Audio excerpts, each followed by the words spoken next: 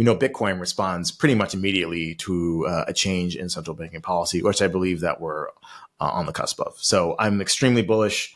Again, I use no leverage. We've been, buying dips. We think Bitcoin dominance is going to continue, which means that, ETH and all the other shit coins are going to struggle for a while. But, I think we could get back to 70% ish level on Bitcoin dominance.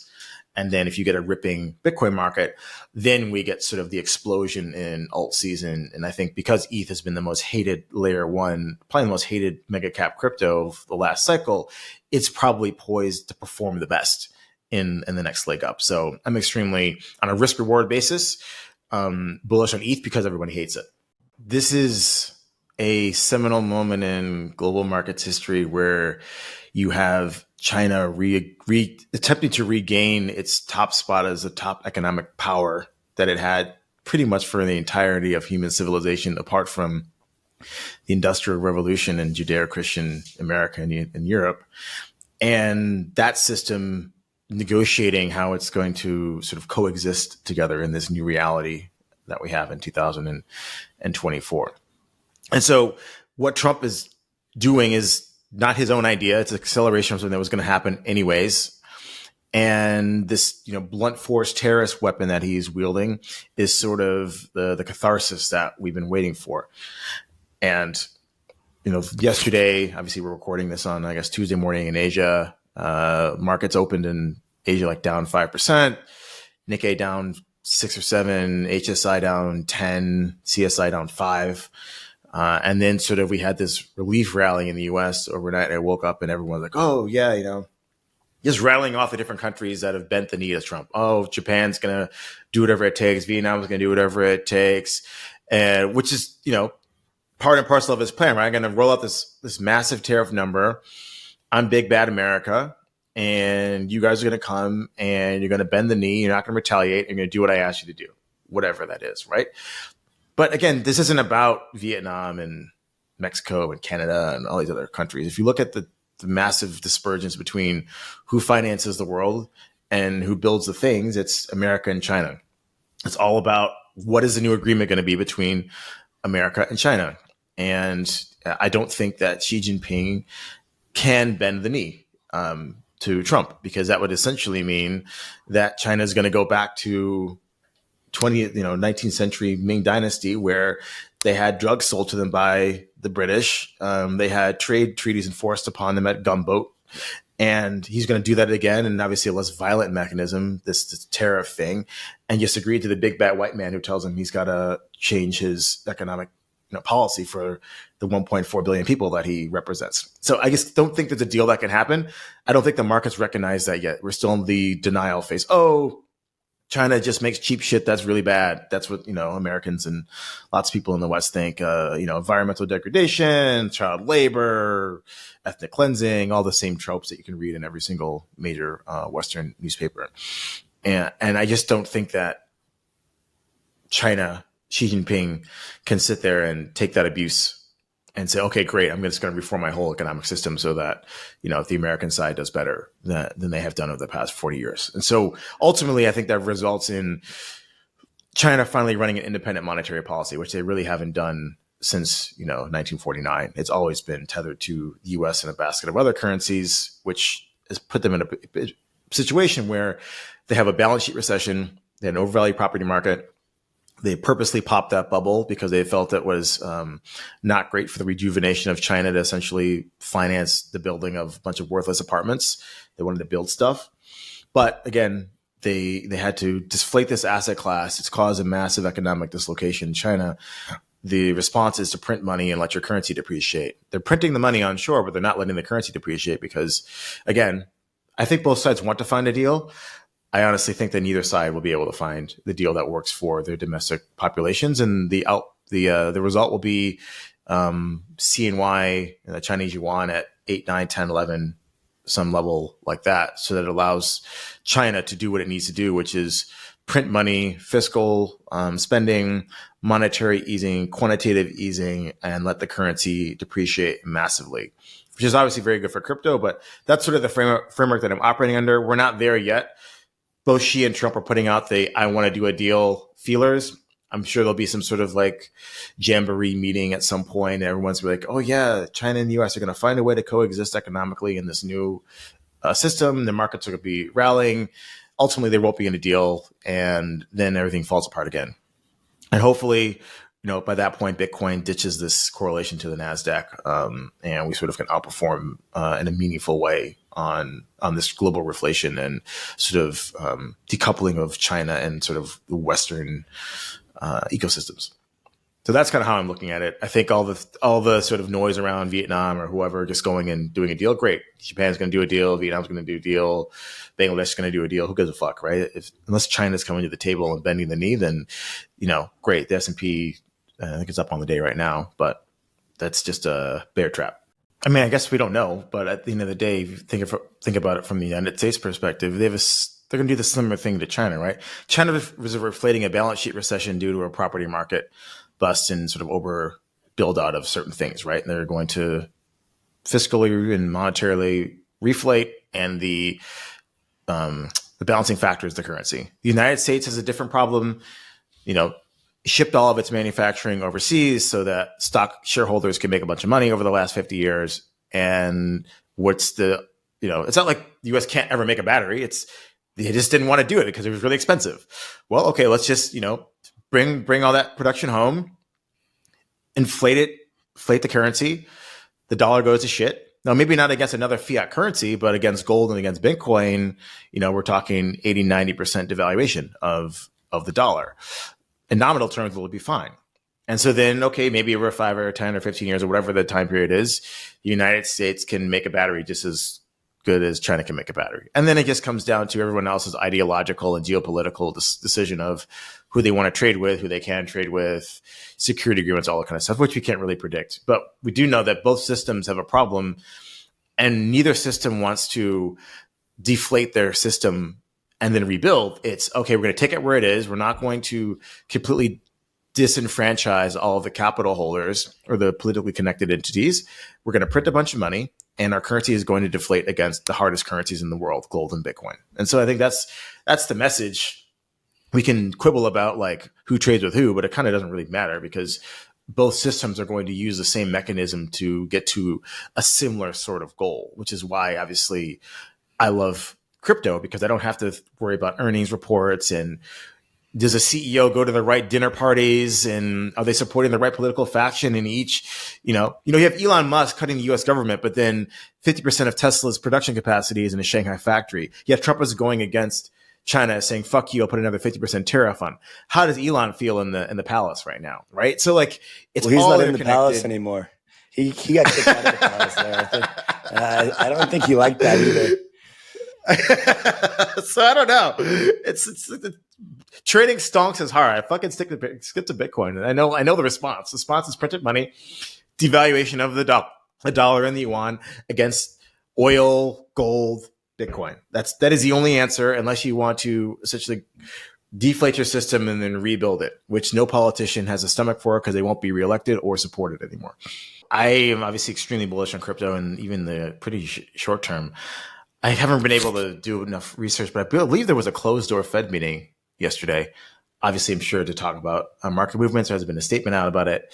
Yet, before I got on this recording, I took a look at the MOVE volatility index of the bonds. It's at 135, which is pretty much where it was in September of last year when Powell decided to cut 50 basis points to help Kamala Harris attempt to win the election because of some other issues in the global monetary system. So we're on the cusp of central bank intervention. I haven't taken a look at the it'll come out in a few hours, the fix for the yuan this morning by the PBOC.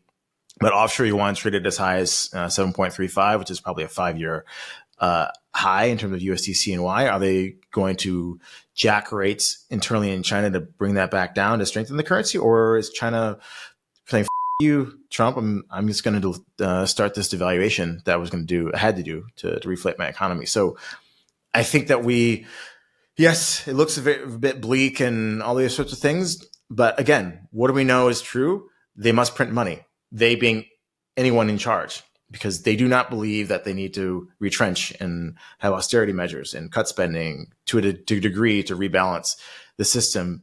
Therefore, I think this is basically accelerated the start of the, as Raoul Paul say, the banana zone, right? Because if we didn't have this tariff thing, we would have limped along. I don't know how long it would have taken. We would have gotten to the same place. I guess it would have taken a much longer time. But Trump, for whatever reason, has said, I'm going for it.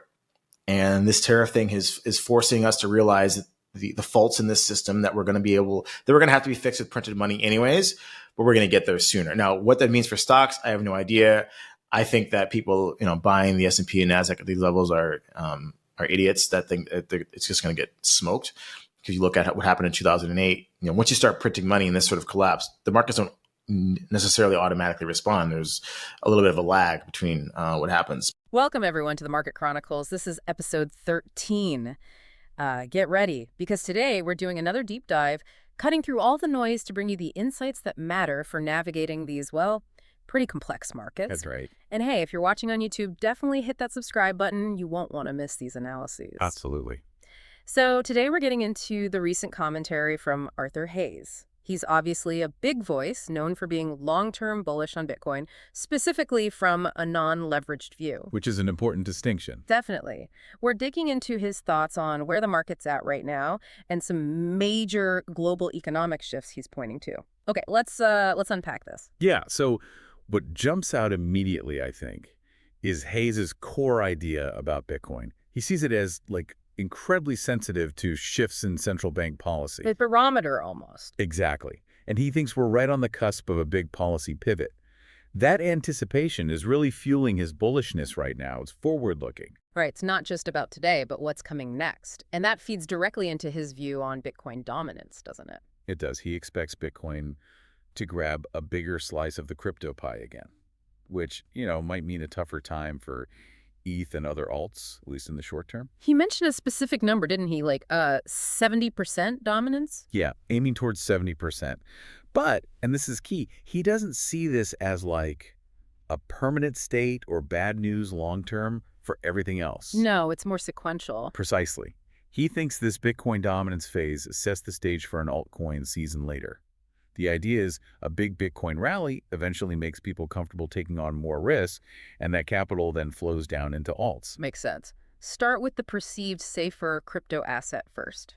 Now, speaking of risk and other coins, his take on Ethereum is interesting, especially with all the negative chat around it lately. Yeah, very interesting. He calls it the most hated layer 1 from the last cycle. For anyone less familiar, a layer 1 is that base blockchain, like Ethereum itself. So why is being the most hated potentially a good thing in Hayes' view? It's really about market psychology, isn't it?